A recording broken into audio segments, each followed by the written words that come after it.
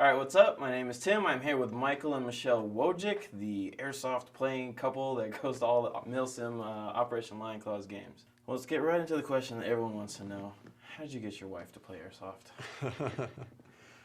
It was a little bit of a process, but it kind of worked to her strengths.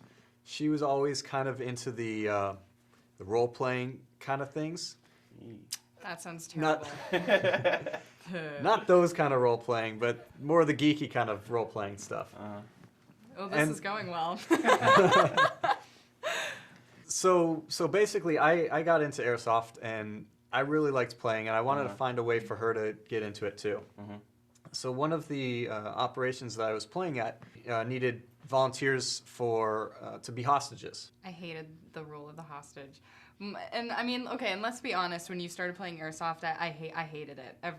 Every time you went to play, I hated it. I thought it was silly and expensive. And then I signed up to be a hostage for this game. I thought that might be fun, and I kind of wanted to see like what it was like. And it was so boring. I was so bored, and so I ended up having to sit in this like lawn chair for like 5 hours and watch all these guys run around with these guns. And by the end of the day, they were like letting me fire them and see kind of what that was like. And so by the end of the day, I was like, I want to play this game. I want to try it. So is it more enjoyable playing with your wife, or is it hectic, or what? I mean, a lot of guys don't like to do activities with their wives because it's like, oh, I need to get away. But I guess you kind of wanted to get her into it from the start. I stopped giving him credit about it. That's Absolutely, it was a lot now easier. I don't mind if you spend hundreds of dollars on guns, as long as like I get some cool stuff too. So yeah, if I'm gone for the day or if I'm gone for the weekend, it's okay because she's gone so too. Go. Yeah.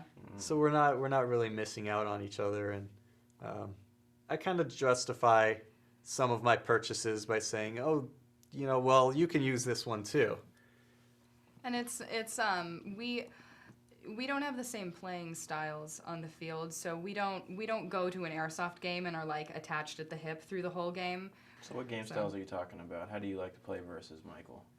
I am very aggressive. I kind of like run head on into everything.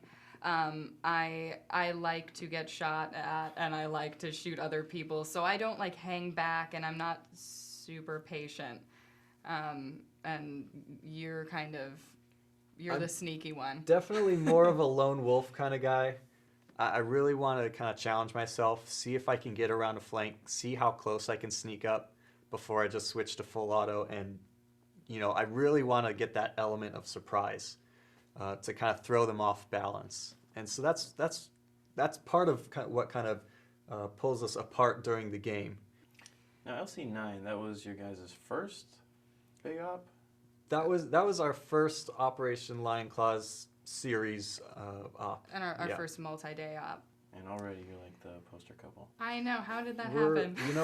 We're so excited about it though. The series just gives you so much to work with. I mean, these multi-day ops and the places that you get to play at, we really, really enjoy it. Mm-hmm. And we enjoy the people that we play with. We enjoy John Liu and the way that he puts on these events. And it's just a lot of fun, and so we've really tried to attend as many things as we possibly can. There's a lot of good people involved in it, and we have our little team. We're the lost sheep. So Michele, as a girl Airsofter, not many of you guys out there, or girls out there, what is the game like from your perspective? I want to say that it's not different, but it is. It's very different. There's not many girls out there, and so you get noticed a lot faster. I'll find that halfway through the game, people that I haven't met yet know my name, or get weird nicknames.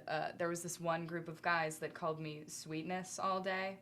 And then you're like trying to decide if you should be offended or if they're just being nice. So it's interesting. There's things about it that's different. I would say the gameplay isn't. It's more like the interactions with other players that are a little bit different.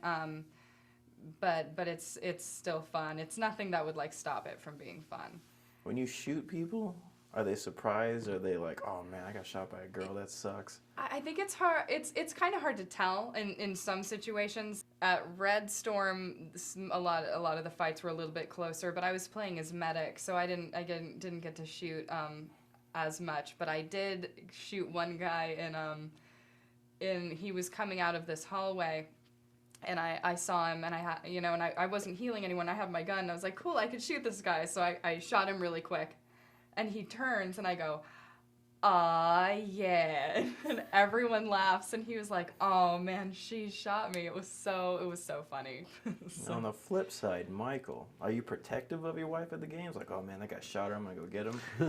Or are you just kind of like, oh, she can take care of herself. She's tough. You know, I do kind of think that sometimes, but she is a really tough woman, and I know that she can handle herself.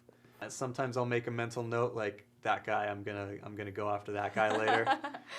But I think it's all part of the fun of it. Because when you have the flip side, you know, I've heard conversations of dead guys walking back where they're kind of razzing each other because you know Michele killed him, and they're like, oh man, funny. you got shot by a girl, and I just kind of sit back and smile as I overhear it because I know that it's her and that she's out there and that she's having fun and that she's doing a good job. You guys ever confused? Have you guys ever friendly fired each other? Have any funny stories you want to divulge? There was one time actually pretty recently when we were at Operation Red Storm 2, and we were in a courtyard. It was kind of a choke point near the cafeteria, which is one of the central locations of this AO. He was back on like the corner of this fence that ran along the length of this courtyard. And I'm next to him and I'm saying, I can get to that guy if you can provide cover fire for me, but I'm gonna come around the corner, don't shoot me. Like, 'cause you're right here shooting along the fence line, I'm gonna run that, don't shoot me. And he's like, okay. And you know, I keep saying it. He's like, no, I get it, I'm not gonna shoot you, you're right here, whatever. So I'm like, all right, so I get into like my running stance. And I'm ready to go.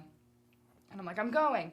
And I round the corner, immediately get nailed right in the back of the head. Immediately.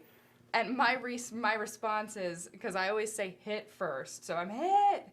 I said, don't shoot me. And then like a string of curse words. And like I get down, I pull out my red rag, and I'm so angry. And he's like, you ran right in front of me. In my defense, I thought she was going to hug the fence a lot closer than she did. Maybe we should have had a more in-depth discussion about how this was going to go, because I could not slide along the fence, so I come around the corner and get shot right in the back of the head, and it hurt. And I was so angry. And the guy I was trying to run to is John Santa, and he is laughing so hard and is never gonna forget that story. Every time when we saw him at New Horizon, he was like, hey, you're that girl who your husband shot you in the back of the head when you were trying to get it out. That was really funny. And I was like, oh, thanks. Here he is. So that's one of the times when it's not so good to be known as the husband of a female player, because now everyone that saw that's gonna remember me as the guy that shot my wife. Yeah, it was good times. Well, that's a terrific note to end on. Thanks for coming in, guys. Yeah, thanks for having us. Yeah, no problem.